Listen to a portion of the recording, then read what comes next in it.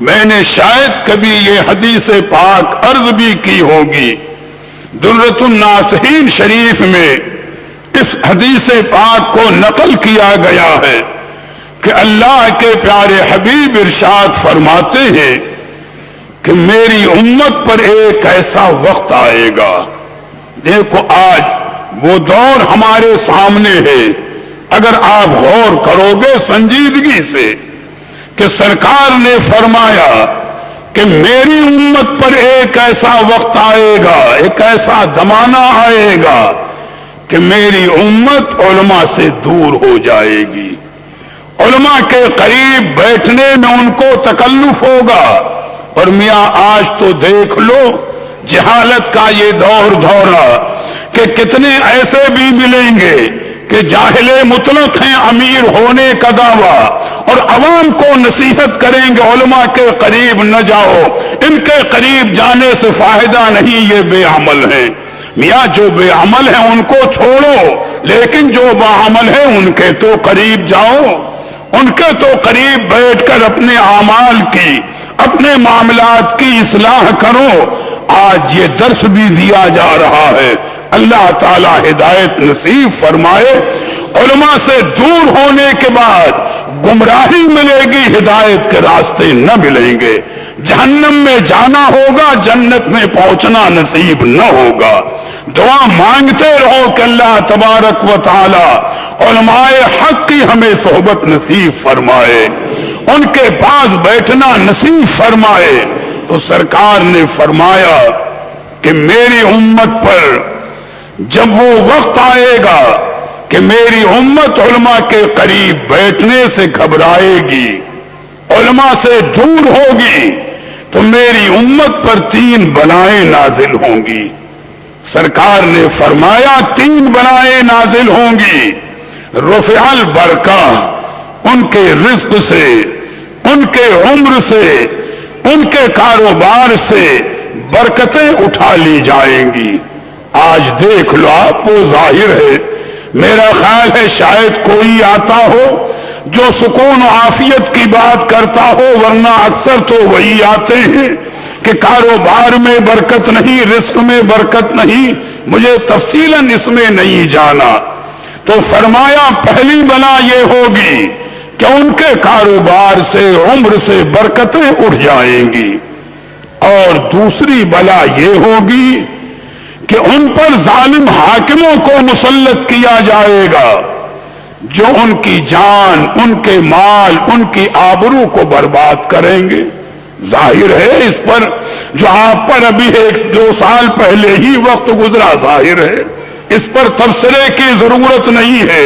یا آج عراق شریف میں کیا ہو رہا ہے، فلسطین میں کیا ہو رہا ہے، دنیا جان رہی ہے کہ کس طرح مسلمان قوم کا خون بہہ رہا ہے، ان کی عزت بھی برباد، ان کی آبرو بھی برباد، سب کچھ تو ہو رہا ہے۔ اس پر آپ خود مشاہدہ کریں کہ غیبدان نبی نے جو پہلے فرما دیا وہ آج ہو رہا ہے۔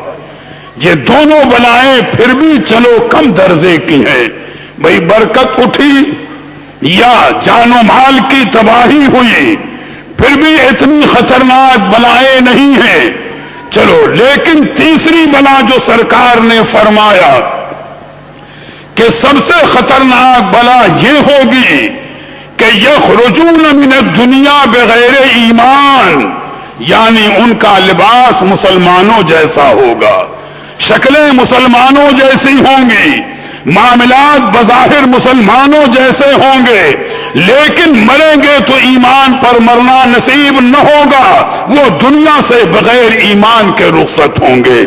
اب آپ سوچیں گے آخر ایسا کیوں، معاملہ کیوں، لباس بھی اسلامی، شکل و شباہت بھی اسلامی، لیکن اب ہم آپ کو بتاتے چلے، تفصیل کا اتنا موقع نہیں ہے کہ اگر آدمی عالم کے قریب ہوگا، بھئی زبان پر قابو ہوگا، زبان پر کنٹرول ہوگا، اور جب قریب نہیں ہے تو جو چاہے وہ کرے۔ مثال کے طور پر علماء نے مسئلہ بیان فرمایا، 1-2 باتیں ہیں تمثیلاً سمجھانے کے لیے، ورنہ علماء کے قریب بیٹھ کر کے آپ پوچھو کہ جہاں پر آپ کاروبار کی تعویذ لینے جاتے ہو، رزق میں برکت کی دعا کرانے جاتے ہو، وہیں پر یہ بھی کوشش کرو کہ دو چار مسئلے بھی پوچھ لو کہ حضور ایمان کی بات بتا دیجئے، خدا کے بارے میں ہمارا کیا عقیدہ ہو وہ بتا دیجئے، نبی کے بارے میں ہمارا کیا عقیدہ ہو وہ بتا دیجئے۔ مگر میرا تجربہ یہ ہے کہ الا ماشاء اللہ پوچھنے کی توفیق جلدی میسر نہیں آتی۔ جب علماء پر تنقید اور اعتراض کا دور ہے تو پوچھنے کے لیے کون آئے گا؟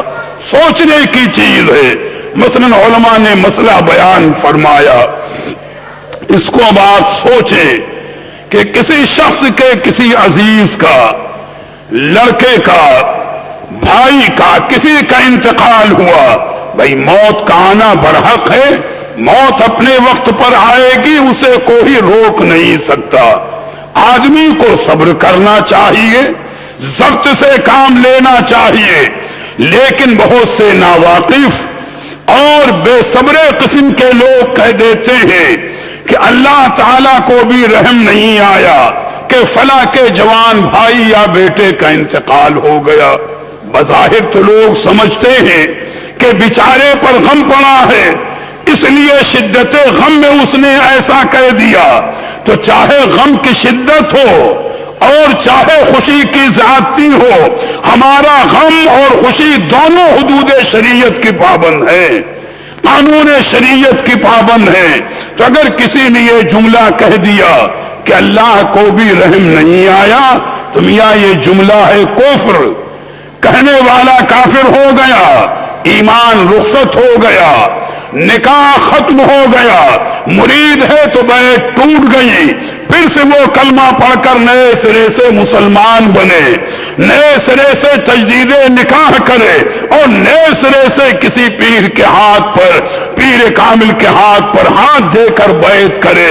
تو میاں بظاہر جملہ تو آسان بولا وہ اپنے طور پر، اور جب تک اس جملے سے وہ توبہ نہ کرے گا، چاہے سینکڑوں بار برس نمازیں پڑھے روزے رکھے، مرے گا تو کافر ہو کر مرے گا، مومن ہو کر نہیں مرے گا۔ آج کے ماحول میں دیکھ لو کتنے ایسے الفاظ رائج ہیں، بعض جگہ اللہ تعالیٰ کی شان میں بعض ناواقف اور جاہل، چاہے وہ شہر کے ہوں چاہے دیہات کے، بہت سے ناواقف بڑے میاں کا لفظ بولتے ہیں، اللہ کے لیے بہو کا لفظ بولتے ہیں، اللہ جانے کیسے کیسے کلمات، اور بظاہر وہ سمجھتے ہیں کہ ہم مسلمان ہیں، لیکن یہ سب بولنے والے ایمان سے خارج ہیں۔ تو سرکار کا اشارہ اسی جانب ہے کہ جب علماء کے قریب نہ ہوں گے تو زبان پر قابو نہ ہوگا، جو جملے بولتے جائیں گے انہیں علم نہ ہوگا کہ کہاں ایمان ختم ہو گیا، شکل اسلامی ہوگی، لیکن اگر اس قسم کے جملے بولے ہیں تو کافر ہو کر مریں گے۔ اس لیے سرکار نے فرمایا کہ یخرجون من الدنیا بغیر ایمان، جو علماء کے قریب نہ ہوں گے تو زبان بے لگام ہوگی، جو چاہیں آپ وہ آدمی بولتا رہے گا۔ اتنا وقت نہیں ہے کہ میں ان جملوں کی تفصیلاً علماء سے بیٹھ کے پوچھو آپ۔ آج تو بھائی گھر گھر سنیما لگا ہے ٹیلی ویژن پر، آج اس پر جو فحش گانے آتے ہیں اور ان گانوں میں بعض جگہ پر جو کفری جملے اور مصرے ہوتے ہیں، لوگ ان کو سنتے بھی ہیں اور گاتے بھی ہیں اور تصور میں رہتے ہیں کہ میاں ہم مسلمان ہیں، چاہے بے خیالی میں ان کفر کے جملوں کو کوئی گا رہا ہے، کافر ہو گیا، ایمان سلامت نہیں رہے گا۔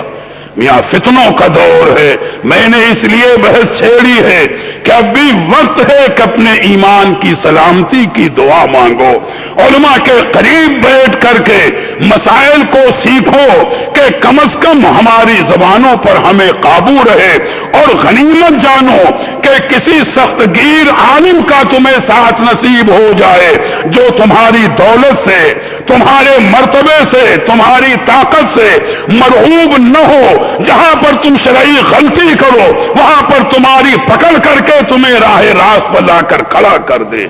میاں غنیمت جاننا ان علماء کو جو تمہارے حال کے نگراں ہیں۔ میں نے قصدن یہ بحث چھیڑی ہے اصلاحی طور پر، ایسے ہی بہت سی قوالیاں بھی اس قسم کی ہیں۔ میں قوالی تو سنتا نہیں لیکن کان میں آواز تو آ جاتی ہے، بھئی راہ چلتے یا کہیں پر بھی تو اتنا بچانا تو دشوار نہیں۔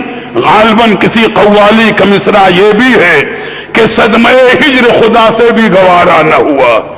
میاں قوال کیا کہہ رہا ہے جاہل؟ خدا کو اور صدمہ ہجر، معاذ اللہ، اللہ ہدایت، اور جاہل صوفی اس پر جھومتا ہے اور اسے حال آ جاتا ہے۔ اللہ ایسوں کو ہدایت نصیب فرمائے۔ یا ایک مصرع اور کو ہی قوال گاتا ہے، حوث تھی دید کی معراج کا بہانہ تھا۔ میاں حوث کہتے ہیں نفسانی خواہش کو، تو معاذ اللہ اللہ کو حوث ہو، نفسانی خواہش ہو، یہ سب جملے کفر کے ہیں۔ مگر آج قوانیوں میں بھی ناواقف اور جاہل آدمی اس پر جھومتا ہے اور سوچتا ہے معرفت کی منزل طے، تو معرفت کی منزل تو طے کیا ہوتی ہے، جہنم تک کی منزل طے ہو جاتی ہے۔ اللہ تعالی ہدایت نصیب فرمائے۔ یہ میں نے اصلاحی پہلو بتایا ہے، اپنے ذہنوں میں آپ ان باتوں کو رکھو۔